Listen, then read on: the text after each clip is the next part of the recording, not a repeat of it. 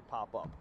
I think if you see if they released a video, you'll see exactly what we're looking at. But as an example, inside the main ballroom, there's one single chair that is totally burned up with nothing else burned around it, and that was the site of one of those Molotov cocktails that was smashed onto the floor that ignited that chair. Outside of where the main body of fire was, and there was no connection to the two of those through through the fire growth that was in the other room. If that makes sense. Was there more than one Molotov cocktail? Yes, there was. I can't comment on how many, but there was definitely more than one. And so were there two separate fires? So there was fire in two separate rooms that are attached. Right, they're attached. There's a folding door between them, but that folding door was open because they had just had and celebrated Passover earlier that evening. Was there anything about the setup in that room? We could see some tables with tablecloths, but was there anything about the setup from that dinner that would have made it more packed with stuff that was easier to burn?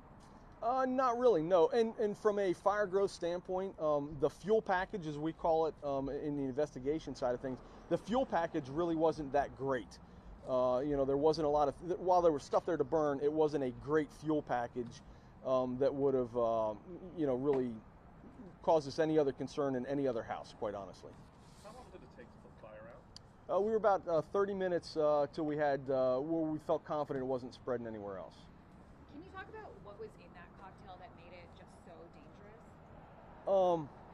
No, I won't, because that'll come out in the investigation. But I believe that the PSP report that was put out yesterday was that he used gasoline from his lawnmower to fill those. So deduct what the PSP released yesterday. Do you know how quickly the fire spread from when you threw them in to when you arrived? So if you listen to PSP yesterday, it said he was in the house about a minute. When he got out, he was quickly being overcome by the products of combustion. So he was in and out very quickly, and the fire spread just as quick. Chief, was the fire department alerted by the alert system in the mansion, or was there a call? There was a call made from the mansion to Dauphin County Dispatch for the fire. Who made that call? One of the family members? I won't comment on that. That should come from PSP. I know I'm being a little cryptic. If this was a city incident, right, and I had my city investigators doing the investigation, I would tell you everything. But because of the nature of our relationship that we've built with PSP, I certainly don't want to sour that with any portion of the investigation from the law enforcement side that I know that I can't share as the fire chief, just out of respect. What door did your crews have to go in? How did they physically get into the building? So when we forced entry into that gate, the very first set of doors on the right-hand side, we went in both that set of doors. There's a second set of doors to the west of that, and there's a large set of doors on the western side of the room. We went into those as well. So those are the two doors that we forced open. And you had to break in. They were locked. You couldn't. Correct. Yeah. Yep. And could you ever take the fire truck through the gate? Could it fit? Well, not because of the way everything's laid out. Now that we can through the Front Street side, and that takes a lot because we have to essentially dismantle the gates and the fencing, right, to be able to get in there. So our plan was just long lines, and then if we needed to, we could come in the front as well to put ladder trucks up, and luckily we didn't need any of that. So. Have you ever done a fire drill at the governor's mansion? We haven't, no. We've never conducted a fire drill at the governor's mansion. I don't know if that's something that we'll discuss in the future. Is there a plan for how you would handle a fire? So, at the end of the day, it's a protected government facility that we're accustomed to dealing with here in Harrisburg, and every fire presents its own challenges, right? And our firemen are very good at overcoming those challenges, and it's exactly what they did the other night. And you really had to cut the fence because you can't even put the hose over the fence because of the points, right? And you would never put a hose over? Right, our guys got to get over the fence as well, so it's easier to go through it than over it and risk all that going. We can climb it. That is one option, right? You put a ladder up one side, a ladder down the other side, but now we're taking a lot of time putting things in place and now having to climb up, and then, the instability of the ground, it was muddy out. It's just easier to cut things and let them replace it. Chief, had the door not been closed from the main state where they were celebrating Passover. Could the fire have spread further and deeper inside the mansion, putting the governor and his family at risk? If that door wasn't closed, the fire would have spread and would have definitely put the governor at even greater risk. And it would have rapidly spread down that hallway just based upon the furnishings. Again, looking at the fuel package, what that fuel package looks like in that hallway definitely would have spread rapidly down and up to the main staircase going to the second floor.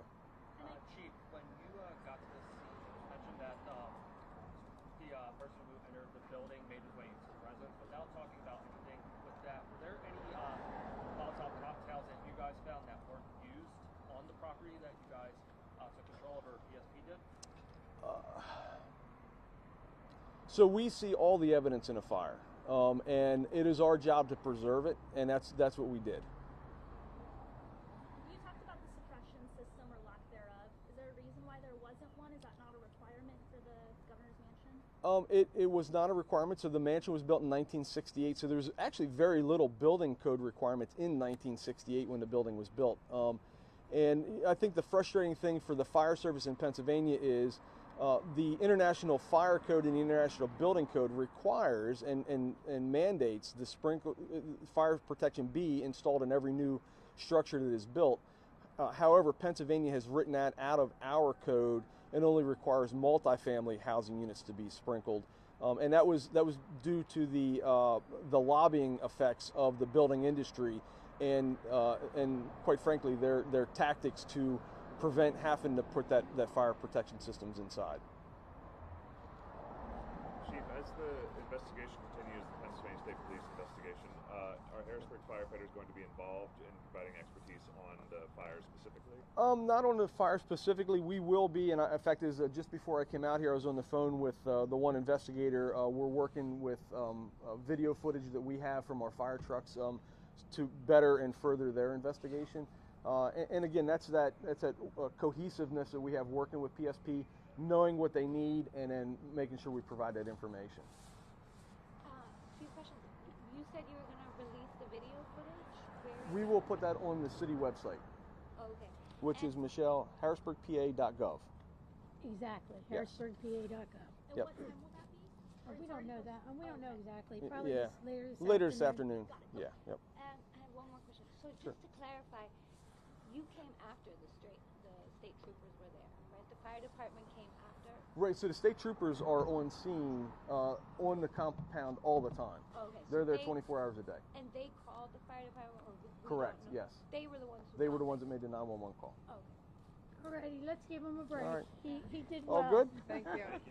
Thanks, Chief. And I promised, who did I promise that, Scott Young, no, I promised somebody I'd talk to you offline here. Yes. So, it's you guys. Thank So. you. All right, thank you. Good job. Yep, you bet. These trucks, are these two trucks? Yes, these are two of the, all of our I could have